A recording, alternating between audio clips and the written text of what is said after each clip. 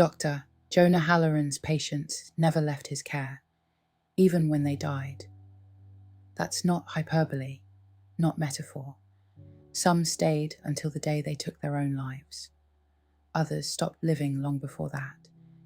They just didn't realize it, because he made them believe that pain was healing. Healing hurts. Intro. Who is Dr. Halloran? Dr. Halloran was a licensed therapist in Chicago. Mid-50s, calm voice, soft smile, 2 Ivy League degrees on the wall, no malpractice claims, no red flags, 5-star reviews from hundreds of clients. He was known for being attentive, always available. Sessions ran long, sometimes twice a week. Patients said he changed their lives. And he did, just not in the way they thought. Chapter 1. The patients start to unravel. Let's talk about Angela. Mid-30s, anxiety, perfectionism, panic attacks. She came to Halloran with hope. Within 3 months, she was journaling, meditating, and crying during sessions. She told friends she was finally facing her trauma. But here's what they didn't see. Angela stopped going out, stopped working, became obsessed with her progress. Anytime she said she felt better, Halloran would ask, "Are you truly better, or are you running from something deeper?" And she believed him. Then there was Marcus, ex-military, PTSD. Tough guy. Didn't like therapists, but trusted Halloran. At first. But by month 5, he started to notice something strange. The more honest he was, the worse he felt. Every time he said he was improving, Halloran reframed it as denial. So Marcus started recording his sessions. He kept a private log. Said this: "If I say I'm worse, he praises me. If I say I'm better, he calls it avoidance. I'm stuck in a loop, and he controls it." He tried to expose Halloran, sent files to a journalist. 3 days later, Marcus was found dead. Gunshot wound, no note. The journalist never received the files. Or at least, that's what she said.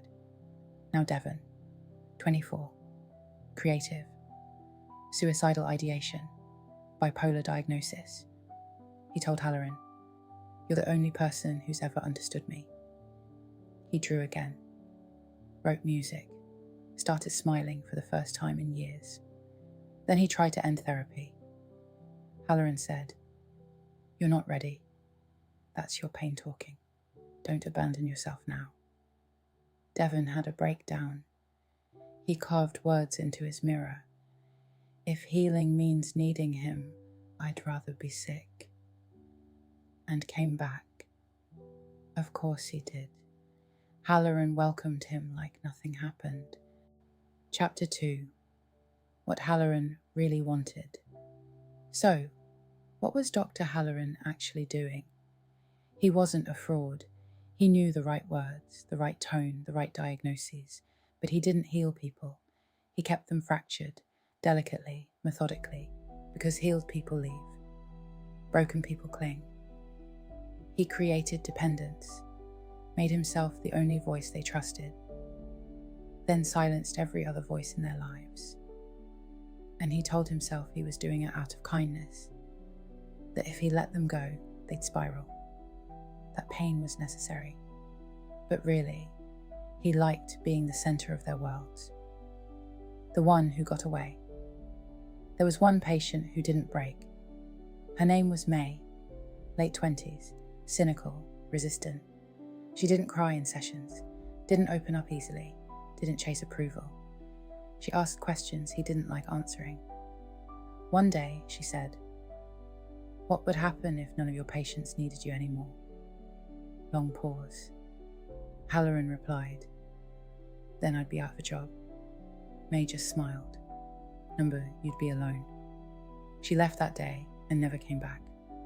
A week later, she leaked every session online. Audio, transcripts, commentary. It went viral. Halloran's defenders called her manipulative, a liar, attention-hungry. But the tapes were too detailed, too consistent. His reputation cracked.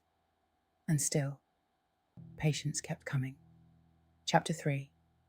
The cycle continues. Last year, a new face showed up in Halloran's office. Early 30s. Fragile. Lost. She said, "My last therapist said I didn't need therapy anymore, but I feel like I'm falling apart." Halloran smiled. Same voice, same tone. "Then let's figure it out together." And just like that, the cycle began again.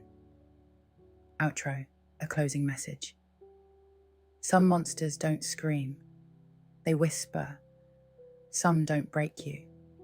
They hold you together just enough that you can't imagine living without them. Dr. Halloran didn't kill his patients, but none of them left whole. And he called that healing. What's worse, someone who hurts you, or someone who makes you need them to survive? Would you know the difference if it was your own therapist?